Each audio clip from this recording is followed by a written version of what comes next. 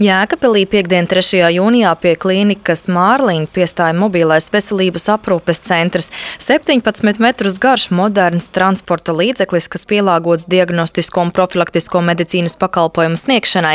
Pēc fizioterapeita Mārtiņa Lindmaņa uzaicinājuma mediķi no Bērnu klīniskās universitātes slimnīcas 18 bērniem sniedza bezmaksas neonatologa un acu ārsta konsultācijas. Mūsu tas sapnis un arī tagad jau nelieli reāli projekti iedīgļi ir uzzināt, kā ar šiem bērniem iet tālākajā dzīvē.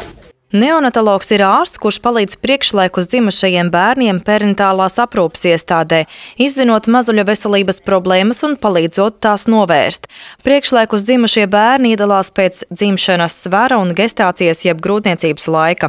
Visbiežāk viņu problēmas ir saistītas ar redzi, kognitīvām funkcijām, veiklību, dažkārt arī neiroloģiskām problēmām.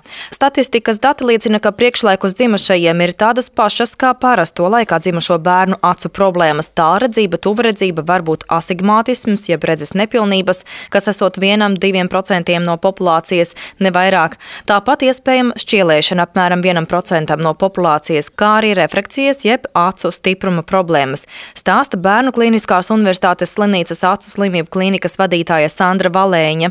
Bet, ja bērns ir dzīmis ar svaru mazāk par 1500, tad uzreiz visas šīs acu patoloģijas pieaug. Un kāpēc viņas pieaug? Ne tieši tāpēc, ka būtu vairāk šķielēšana, vairāk šo refrakcijas problēmu, bet tāpēc, ka bērniņam piedzimstot tīklene vēl nav nobriedusi, viņa nav attīstījusies.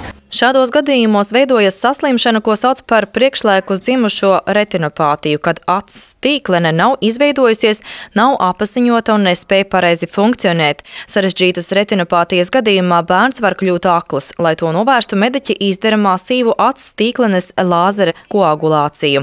Pateicoties intensīvam neonatologu darbam, reģionālajos perinetālās aprūpes centros Jēkabpilī, Valmierā, Liepājā, arī Rīgā, uzlabojumi salīdzinot ar statistikas datiem pirms 10–15 gadiem ir četrkāršojušies. Ja kādreiz mediķe veica ap 40 lāzera koagulāciju gadā, tad pēdējos gados tās ir tikai 12–13. Trīskārši mazinājies arī to bērnu skaits, kas kļuvuši neredzīgi retinopātijas saslimšanas dēļ. Pilsētās un lauku reģionos ārpus Rīgas piedāvātās bezmaksas konsultācijas ir Labdarības fonda Ronald McDonald House Charities aizsāktā akcija nolūkā izzināt, kā tālāk dzīvo priekšlaikus dzimušie bērni un kādas ir viņu veselības problēmas. Iegūtie rezultāti tiek piedāvāti mediķiem zināšanai, kā strādāt ar šādiem pacientiem un kam pievērst lielāku uzmanību turpmākajā ārstēšanas procesā, kā arī sabiedrībai kopumā ekonomisko rādītāju un statistikas datu veidošanai. Mobilais veselības aprūpes centrs turpinās viesoties Latvijas pilsētās un laukos, šogad bezmaksas konsultācijas piedāvājot 3120 bērniem. Aiga Kuzmina, Jolanta Šidlovska, Vidusdaugavas televīzija.